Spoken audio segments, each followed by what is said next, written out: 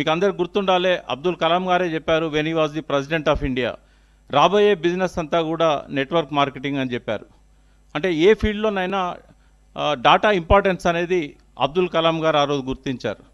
ప్రపంచంలో state governments కానీ central government కానీ ఏ దేశ ప్రభుత్వాలు కానీ 1%కే గవర్నమెంట్ ఉద్యోగాలు ఇవ్వగలుగుతుంది. కానీ మనం పిల్లలకి ఏం చెప్తున్నాం చదువుకునేటప్పుడు, మనం పేరెంట్స్గా మీరు చదవండి, మంచిగా చదివితే మంచి మార్కులు వస్తాయి, మంచి మార్కులు వస్తే మంచి ఉద్యోగం వస్తుంది. మంచి మార్కులు వస్తాయి కానీ మంచి ఉద్యోగం వస్తుందా? ఎందుకంటే గవర్నమెంట్ ఒక 1%కి ఇవ్వడానికే 40% బడ్జెట్ ఇవ్వాల్సి వస్తున్నది, పెన్షన్స్కి కానీ సాలరీస్కి కానీ. 2.5% కనుక ఎంప్లాయ్మెంట్ క్రియేట్ చేస్తే గవర్నమెంట్ సెక్టర్లో టోటల్ 100% బడ్జెట్ జీతాలకు పెన్షన్లో పోతుంది. మరి అటువంటిప్పుడు డెవలప్మెంట్ ఎక్కడి నుంచి వస్తుంది? కాబట్టి ఏ ప్రభుత్వమైనా 1% పాపులేషన్ మాత్రమే గవర్నమెంట్ జాబ్స్ ఇస్తుంది. కానీ మనం మాత్రం పిల్లలకి మీరు చదవండి మంచి ఉద్యోగం వస్తుందని చెప్తా ఉన్నాం. ఇక్కడ తప్పెవరి దగ్గర ఉంది? మన దగ్గర ఉంది. చదువు అనేది జ్ఞాన సముపార్జనకే కానీ ఉద్యోగం కోసం కాదు అనేది మనం మన పిల్లలకు చెప్పాల్సిన అవసరం ఉంది. డైరెక్ట్ సెల్లింగ్ అనేది ఇక్కడ ఉన్న యూత్కి that is the only opportunity left for them to prevent their suicides, to prevent their crimes. కాబట్టి ఇక్కడున్న డైరెక్ట్ సెల్లింగ్ డిస్ట్రిబ్యూటర్స్ అంతా ఒక్క నిమిషం కూడా వేస్ట్ చేయకుండా వీలైనంత తక్కువ టైంలో ఎక్కువ మందిని కలిసి వాళ్ళని మోటివేట్ చేసి వాళ్ళని డైరెక్ట్ సెల్లింగ్ బిజినెస్లలోకి తీసుకురావాల్సిన అవసరం ఉంది. ఇంతకుముందు ఏంటంటే direct selling was secondary source of income to their families. హౌస్ వైఫ్స్ కానీ హోమ్ మేకర్స్ కానీ వాళ్ళ భర్త తెచ్చే ఆదాయంతో పాటుగా సెకండరీ సోర్స్గా దీన్ని పెట్టుకున్నారు. కాబట్టి in past years ladies first ప్లేస్లో ఉండేవాళ్ళు.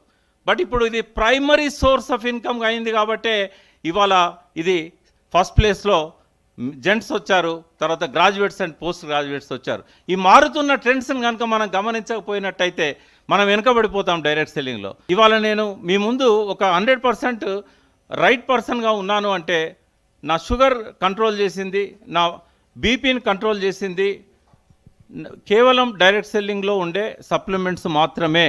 ఓన్లీ డైరెక్ట్ సెల్లింగ్లో మాత్రమే మంచి ప్రోడక్ట్స్ ఉంటాయి.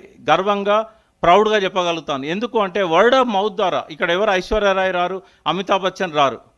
ఇక్కడ ప్రోడక్ట్లో దమ్ము ఉంటేనే డైరెక్ట్ సెల్లింగ్ కంపెనీ ఇక్కడ బతికి పట్టగడుతుంది. ప్రోడక్ట్లో దమ్ము లేకపోతే డైరెక్ట్ సెల్లింగ్ కంపెనీ మిగలదు. కాబట్టి కళ్ళు మూసుకొని ఏదైనా ఒక డైరెక్ట్ సెల్లింగ్ కంపెనీ ఐడిఎస్ఏలో ఉందంటే కళ్ళు మూసుకొని ఆ ప్రోడక్ట్స్ కొనవచ్చు. మనమేమి దానికి రీసెర్చ్ చేయాల్సిన అవసరం లేదు, ఇంకెవరిని అడగాల్సిన అవసరం లేదు. పిరమిడ్ స్కీమ్స్ను కానీ చైన్ సిస్టమ్ మనీ చైన్ స్కీమ్స్ను కానీ దీనిలో నుంచి ఎలిమినేట్ చేయాలి. ఇవాళ ఐజాన్ today 457 companies are there. Everyone is claiming that their company is direct selling company, but only genuine companies are with IDSA.